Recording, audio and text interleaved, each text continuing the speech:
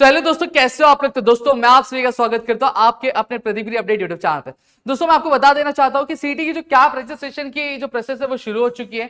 साथ ही साथ उसके लिए हमने एक वीडियो भी बना के आपको अपलोड कर दी है कि क्या प्रोसेस है, किस तरीके से चीजें करनी है, हर एक चीज हमने बहुत ही बारीकी से एक्सप्लेन करके आपको चैनल पे पोस्ट करके दिया हुआ है।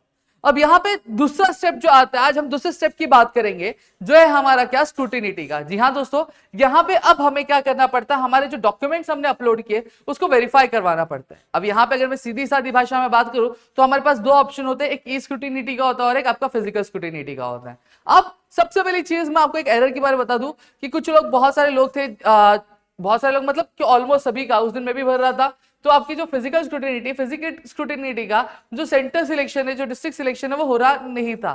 ठीक है, लेकिन अब वो चीजें सॉर्ट आउट होगी, आप जाके चेकआउट कर सकते हो, अपनी चीजों को कवर कर सकते हो। ठीक है, और आप सेट कर सकते हो। अब सवाल दूसरा ये आता है कि सर अब अपनी स्क्रूटिनिटी तो चलो ठीक है, आपने बता दिया, हो गया है, लेकिन अब हमें कौन सी सिलेक्ट करनी चाहिए? क्या हमें ऑनलाइन के लिए जाना चाहिए या फिर हमें फिजिकल के लिए जाना चाहिए? इसके बारे में थोड़ा भी बता दो।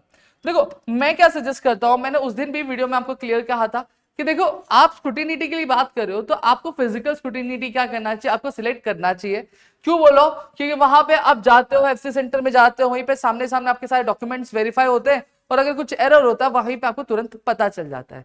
वहीं ई स्क्रूटिनिटी के लिए भी जा सकते हो, बट वहां पे आपको ध्यान बहुत रखना पड़ेगा, चेक करते रहना रहेगा कि कुछ अपडेट तो नहीं आया, कुछ चेंज तो नहीं आया। अब तीसरा सवाल ये कि सर अगर मैंने ई स्क्रूटिनिटी सिलेक्ट किया तो क्या मेरे पास चेंज का ऑप्शन है? पिछले साल था चेंज का ऑप्शन, इस साल भी है, आप जाके चेंज कर सकते हो, ई स्क्रूटिनिटी से फिजिकल स्क्रूटिनिटी पे कर सकते हो। अब फिजिकल स्क्रूटिनिटी चूज कर रहे हो तो हमारे पास क्या क्या चीजें जो हमें ध्यान रखनी चाहिए जब हम एफसी सेंटर विजिट करें? तो सबसे पहली चीज आपको क्या है, अलॉटेड टाइम। अब जब फिजिकल स्क्रूटिनिटी करते हो तो वहां पे आपको स्लॉट दिया जाता है कि आपको अपना स्लॉट क्या बुक करना होता है। अब जो भी स्लॉट आप बुक करें उस स्लॉट पे ही आपको जाना है। उस स्लॉट का टाइम आप जरूर ध्यान रखना कि भैया कि हाँ मुझे ये टाइम मैंने क्या किया है, बुक किया है, तो वो मेरे लिए वेकेंट किया गया, तो मुझे वहां पे पहुंचना है, अपने डॉक्यूमेंट सारे लेके पहुंचने हैं और टाइम से मुझे पहुंचा, मुझे लेट होना नहीं है। मैं तो सजेस्ट ये करूंगा, अगर 10-20 का टाइम है तो 10 बजे वहीं पे पहुंच जाओ। ठीक है, जल्दी पहुंच जाओगे तो कोई इशू होने वाला नहीं है, कोई दिक्कत नहीं आने वाली है। समझ में आ गया? तो 10-15 मिनट जल्दी ही पहुंचाओ, जो भी अलॉटेड टाइम है। तो क्लियर है? तो ये चीज ध्यान में रखना। हाँ, लेकिन अगर मैं किसी रीजन की वजह से अगर नहीं पहुंच पाया तो देखो यहाँ पे आपके पास पिछले बार ऑप्शंस थे। ठीक है, आपको एक चांस दिया जाता था। ठीक है, लेकिन मैं बोलूंगा कि उस चांस के पीछे मत जाओ, आप एक सोच समझ के एक स्लॉट बुक करो और वहीं पे आप चले जाओ। ठीक है, फिर नेक्स्ट क्या बोला गया आपका?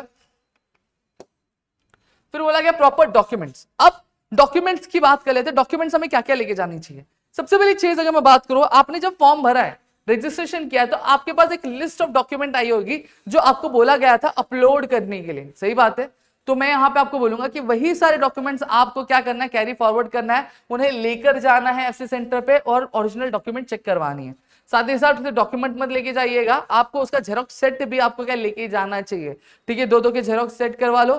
ठीक है, जो आपको वहां पे मांगे जाते हैं, आपसे पूछे जाते हैं, ओरिजिनल वो आपको दे देंगे। ठीक है, जेरोक्स जो रहेगा वो अपने पास रखेंगे। साथ ही साथ आपको एक एक्नॉलेजमेंट लेटर जो रहेगा, वो एक्नॉलेजमेंट लेटर भी आपको मिलता है जब आप ये फॉर्म पूरा फिलअप करोगे, तो लास्ट में आपको पूरा प्रिंट निकालने का, वो प्रिंट भी लेके जाना साथ में। क्यों क्यों कह रहा हूं वो लेके जाना? वो इसलिए कह रहा हूं लेके जाना क्योंकि जब वो प्रिंट लेकर जाते हो तब आप पूरा वेरीफाई हो जाते हैं, जब कोई भी एरर नहीं होता है तो वहां पे वो चेक करके उस पर क्या कहते हैं, एक स्टैंप मार के देते हैं, जो आपका क्या रहता है, एज एन एविडेंस होता है कि आपने क्या डॉक्यूमेंट वेरीफाई करवा लिए और इस डॉक्यूमेंट में कोई भी एरर नहीं है। ठीक है, तो इन चीजों का बहुत अच्छे तरीके से ध्यान रखना और चीजों को संभाल के रखना। क्लियर हो गया? समझ में आ गया? तो यहाँ पे मैंने आपको सारी चीजें समझा दी और साथ ही साथ अगर वीडियो अच्छी लगी तो प्लीज वीडियो को लाइक करिएगा। चैनल सब्सक्राइब नहीं किया तो चैनल को सब्सक्राइब करो, अपने दोस्तों शेयर, ताकि ऐसे और कई सारे वीडियो हम अपने लेकर आ सके। दोस्तों जय हिंद दोस्तों।